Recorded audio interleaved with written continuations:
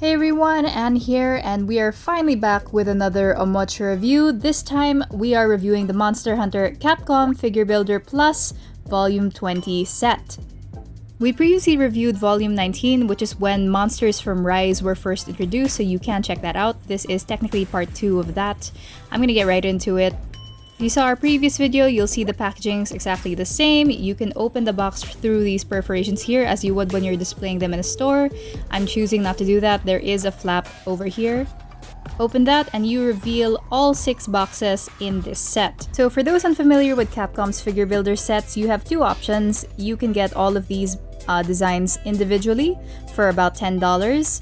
The downside is, of course, you don't know what you're gonna get because they operate under a blind box system. You won't know until you open it. What I'd recommend, however, is to get the box set for $60. You'll get all 6 figures plus an extra clear figure, which I'll tell you more about in a bit. First, I want to talk about the lineup for this volume. You have Goss Harag and Almudron, as well as Apex Zinogre, Apex Arzuros, and the Rathalos, as well as the Royal Ludroth. So that's 6 different figures, and each will come with a different part that make up a special edition monster for the volume. In this case, it is a clear Mizutsune. You need all 6 figures to complete it, so if you really want to do that, I suggest you just get the box set.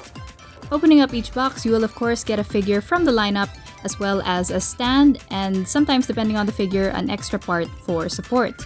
Like I said, you also get a clear part for the featured monster, in this case, the Mizutsune.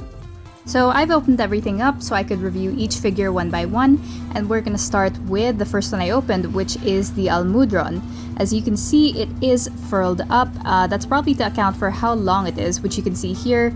You can see that there's so much great detail, that reptilian head going to the back and to the tail, which kind of turns into more like a shell, sort of like a lobster, really. The detail is just stupendous, really.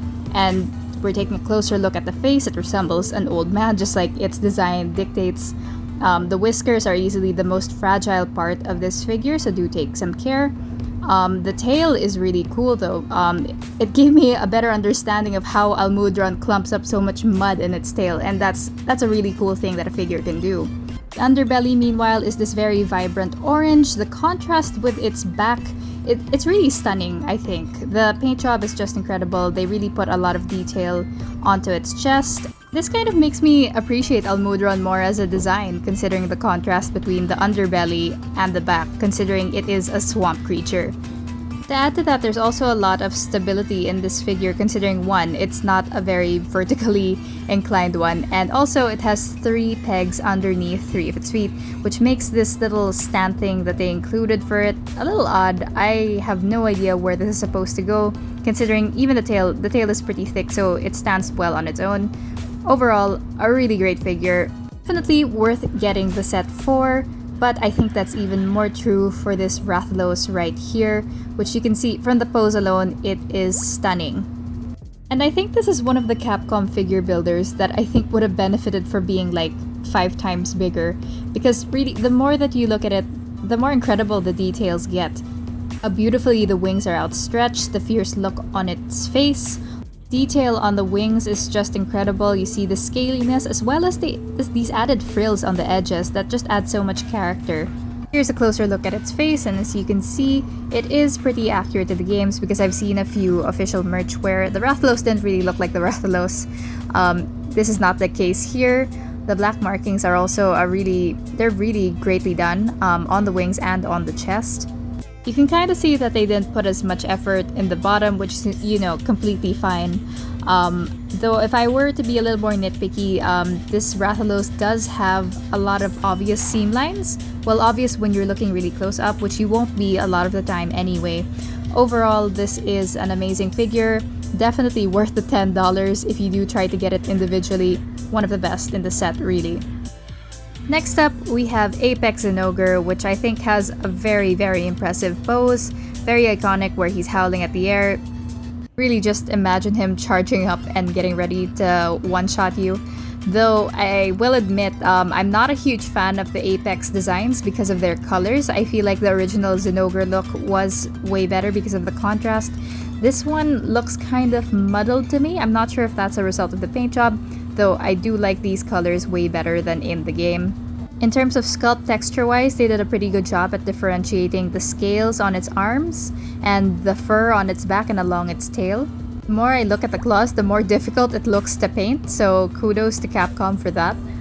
I do kind of feel it is missing some contrast though, probably because of the type of paint used. It seems to be identical like all throughout, and there are scales on its tail that don't really stick out because the color is so similar to the fur as well.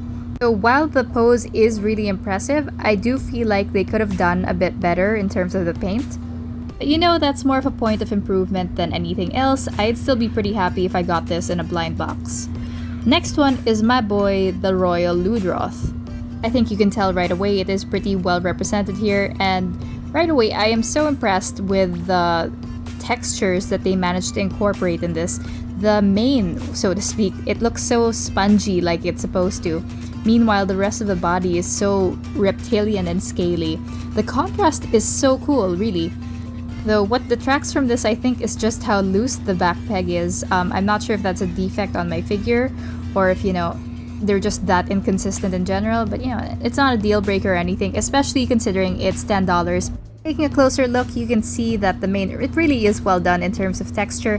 I'm not sure if I'm a huge fan though of the red markings that they put in. It looks kind of patchy to me though, that could be a preference. This is definitely not the case for the rest of its body, the fin along its back, the textures, the scales, they are really well done. I also appreciate the claws are made navy blue for contrast, and that they made the belly almost alligator or crocodile-like. The design itself is just so beautifully reptilian, and they did a great job. Overall, the Royal Ludroth is definitely one of the best represented in this set. Definitely one of the ones I'm happiest with in this lineup. Next up, we are going to be looking at Apex Arzuros. I think they picked a very good pose for the Arzuros. It looks pretty ferocious as an Arzuros can feel, I guess. Detail that went into this figure is just great. You can see that the claws are well detailed, the arms, especially the ridges there. And I really like how they did the fur for this. For some reason, it manages to carry that funky Apex coloration way better than Zinogre did. Probably because it's not too far from Arzuros' original colors anyway. But also, I do think that the paint got a better finish than Zinogre's. Like, if you put them side by side, Arzuros does seem to have a better shine on its fur. That's great for Arzuros, but not so much for Zinogre. Apex Arzuros basically has the contrast that I was looking for in Zinogre earlier, which is, weird because it's Arzuros. And it's so weird to see the contrast I was looking for in Zinogre in Apex Arzuros, because you see it in the contrast between the fur and the ridged armor on its arms. They even go as far as to put that little tongue there for extra detail. It's actually kind of cute how much effort they put into it. Definitely appreciated. But I'm not gonna lie that my heart was stolen the moment I opened the Goss Harag. This is one of my favorite designs in Monster Hunter Rise, and is one of the reasons we got Volume 20 to begin with. It just has such an amazing design to begin with, and it's so well translated into this figure. The fur, the arms, the feet, but especially that blade made of ice. It has a metallic look, and it is just amazing. There are just so many different textures and finishes in this figure, and all without looking tacky. And they really managed to capture the ferociousness of the Goss Harag in the game. If you take a look at the arms, they just look so gnarly and cool. And if you take a closer look at the face, I think it could have done with a little more definition. They were probably trying to go for shading, but still pretty cool. Overall, I think its only real flaw is how wobbly it is. And this is the same problem that the Arzuros has, because both are pretty top-heavy and, bulky figures. Regardless, the Goss Harag is definitely my favorite in this set, and it even competes with the Tetranodon in Volume 19. That's 6 figures down, but we're not done yet, because each figure came with, as I said, a clear part for a clear Mizutsune. Like I said earlier, you need all 6 figures in order to assemble one whole Mizutsune, and the parts came together pretty easily, a little more wobbly than I would like, but nothing to complain too much about. It is pretty much exactly the same Mizutsune that you get in Volume 19, sans color. If you watched our previous video, I did have kind of an issue with the seam lines. Definitely still present here, but way more forgivable considering that this is translucent white plastic, which was a great choice, I think, because you can really see all of the detail, the scales, even without the paint, which was actually my favorite thing about the Mizutsune in Volume 19. This is just a really beautiful freebie, and I'm much happier to get this versus the purple Magnamalo, honestly.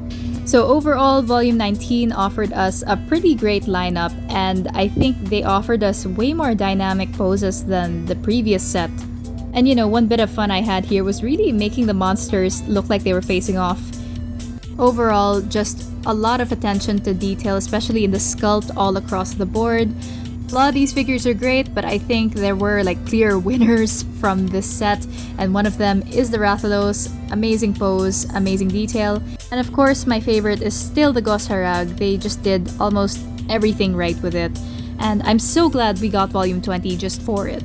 And it makes me even more excited for Volume 21, which features Ibushi and Narwa, which we have pre-ordered, so if you want to see that, please do like and subscribe. It really would mean a lot to us here at Omocha Reviews. Until next time though, this is Anne. Goodbye.